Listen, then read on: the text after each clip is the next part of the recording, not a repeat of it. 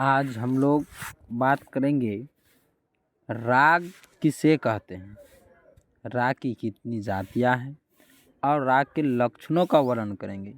या दूसरे भाषा में इस प्रकार से दे दे दूसरी तरह से कि राग की परिभाषा देते हुए उसके आधुनिक लक्षणों पर प्रकाश डाले तो बात एक ही है।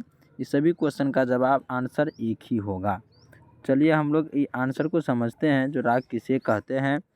पहला इसमें जो कदर राग संगीत का सर्वाधिक महत्वपूर्ण विषय है। राग जो है वह संगीत का जो है सर्वाधिक महत्वपूर्ण विषय है।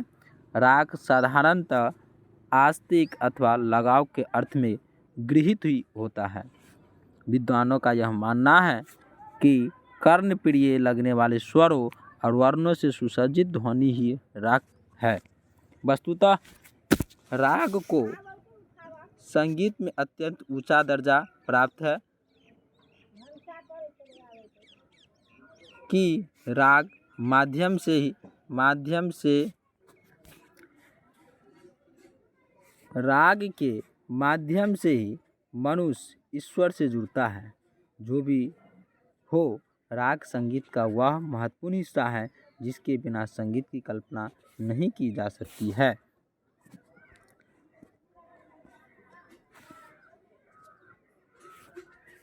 राग उस सुसज्जित स्वर समूह को कहते हैं जो अंततः में किसी लक्षण विशेष की ओर जोड़ते हैं तथा जिससे आनंद की प्राप्ति होती है।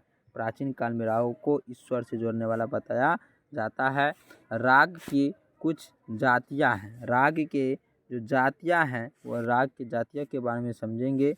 राग की जो जातियां हैं उसके बारे में समझेंगे। राग की तीन जातियां। राग की कितनी जातियां हैं? तो राग की तीन जातियां हैं। तो पहला जाति जो है वह कौन सा है? तो वह जो है सो औरव है।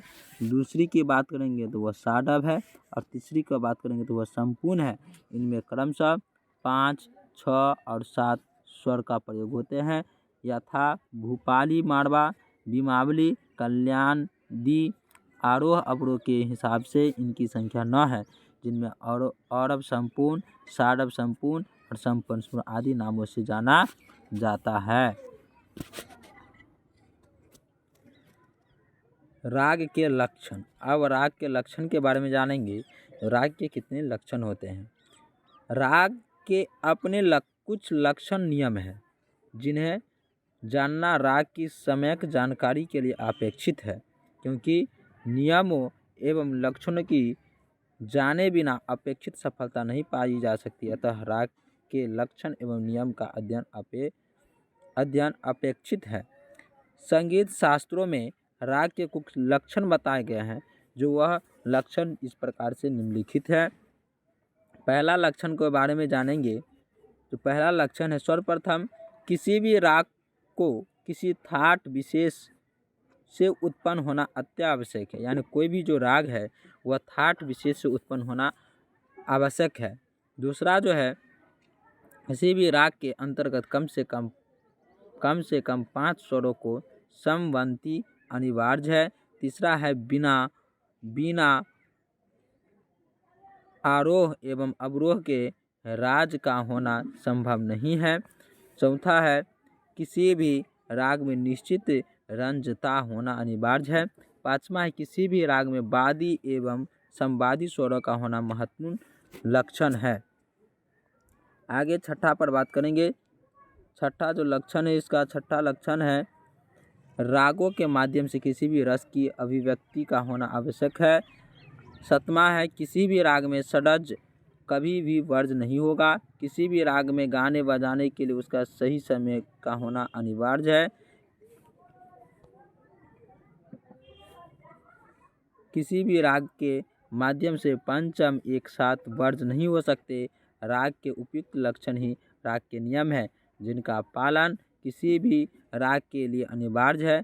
सांप्रदायिक में राग को लेकर नहीं, इन्हीं नियमों का लक्षणों का विचार किया जाता है, जबकि प्राचीन युग में अथवा मध्य युग में राग के नियमित गत ग्रह अंश और अनादिश के विचार किया जाता था, जो आज पूर्णतः अपने परिवर्तित रूप से बृहत हो रहे हैं। आज हम लोग राग के लक्षणों एवं राग किसे कहते हैं, इस सब के बारे में जानें। अगले टॉपिक में अगले विषय के बारे में जानेंगे। आज के लिए इतना ही, समाप्त कर दें।